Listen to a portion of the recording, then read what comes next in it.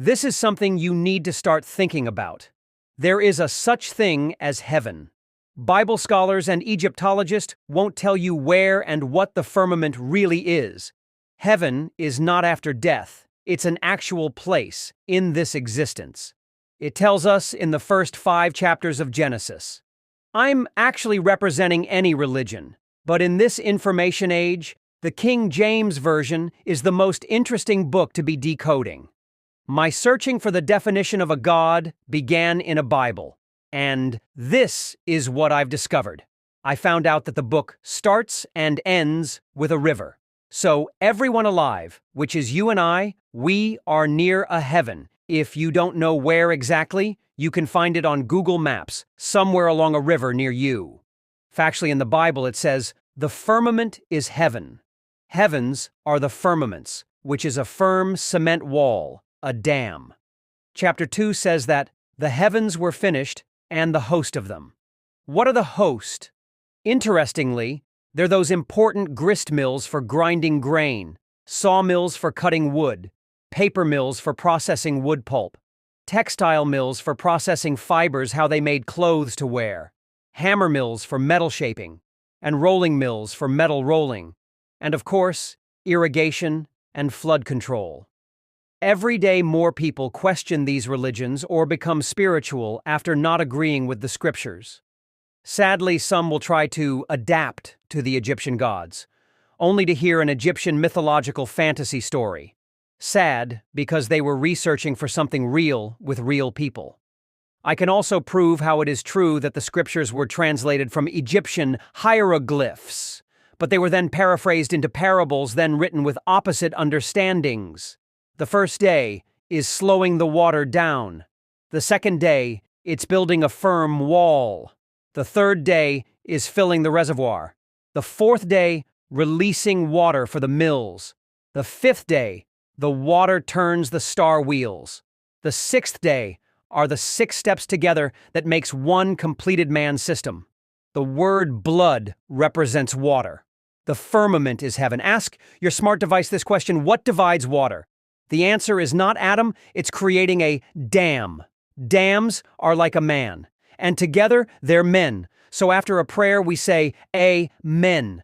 All names are not people. So when Adam begats, it means to begin. Dams are created to stop rivers and begin rivers. The Bible, it's talking about clouds, rain, dew, mountains, tributaries, springs, streams, rivers, dams, mills, reservoirs, lakes, and canals. It's a process to follow from Genesis chapter 1 as long as you don't get lost in the stories. The names are not people. They're all important man-made things performing their actions as a human does. The 7 days of creation are not actual days, and day mean light, and light means the divided water. It's the process of water naturally beginning at the mountain's top, piercing around a halo of clouds, to gathering and finally being released from a dam back to the Earth's natural river's path by waterfalls or spillways. Guess what? It's not a boat or a ship. The size of Noah's Ark is the dimensions of an arched dam. Another confusion is the 2 stone tables Moses had. The tables represent 2 stone mountains where the waters originated from. And it doesn't even say tablet. It says tables of stone. The almighty right-hand meaning is a sluice gate. Remember, the stories will read demonic, but the true parables are all articulated to go over your head. The serpent talking to Eve represents the dry riverbed between the dam and the mill. Eve came from the rib of Adam, which is the spillway that releases water for the garden, which is the mill, which is a factory also called a plant. The fig leaves aprons that Adam and Eve sewed together to wear only represented a linen textile mill. This is how all the fine garments were produced. Cain slew Abel, but slew represents a word play on a sluice gate opening and turning the wheels of the mill. Cain and Abel represents the digging in the ground for minerals and ore deposits. That mill was for forging, casting, and iron making. The sin committed in this story is about having an unnatural firmament blocking nature's river water path for our human benefits. But the dam and mill was only created to and be powered by the artificial bodies of water in the reservoirs and lakes. Now, this is a description that most scholars would use to describe the Most High. In the book of Revelation 1, verse 14, it describes his hair were white like wool, which represents the ice peaks on top of the mountains, and his feet like unto fine brass, that describes the color of the mountain, and eyes were as a flame of fire, represents the waters that melts down the face of that mountain. And his voice, as the sound of many waters, represents the gathering of tributaries, flowing, forming a river. Some mountains' peaks will pierce through a cloud, and that's represented by a halo. It's like peeking into the heavens from a mountain's peak. There's not just one God, literally there are so many, so it's called the Most High, most as in plural mountains. All religions avoid the word damn. It's the most essential thing hidden but written in plain, eloquent literature form. Every verse is a parable not to be paraphrased, but people usually read for joy. Semicolons and colons have important meaning, so look where they're placed in the first chapter of Genesis. Then you'll notice in Genesis chapter 2, verse 4, it's talking about the generations of the heavens, which means the firmament, which is firm cement, which is man of dust, which is Adam and Mills. The will and testament represents the mills and firmaments. It says in Genesis chapter 5, verse 1, "This is the generations of Adam," meaning the mill's production and powers that the dam generated and released for 930 years. Ancient dams were built to last centuries.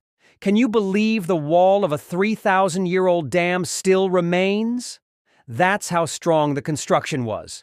It's named the Jawa Dam. Hydropower is free energy that's been used for over 5,000 years. Simply remember, after a river enters a dam, it will exit with a new name. That's a begat or begotten, which is a beginning. The word light in the Bible, it only means something physical, not a bright light, or a smart person, or a person giving or receiving knowledge. And it doesn't mean sunshine. It only means the heavy water already divided into light water. A mill doesn't use the entire river to operate. All it needs is a part of the darkness to spin the mill star wheels and gears. When darkness was upon the face of the deep, that represents the heavy flow of the river. The entire Bible takes place in a river. It's a mysterious process to slow down the river's water flow. It's called light. Day and light means the divided waters, while night and darkness represent the natural heavy river body. This secret 7-step dam system is controlling the mountain's dew before it gets to you. Haven't you heard? As above, so below?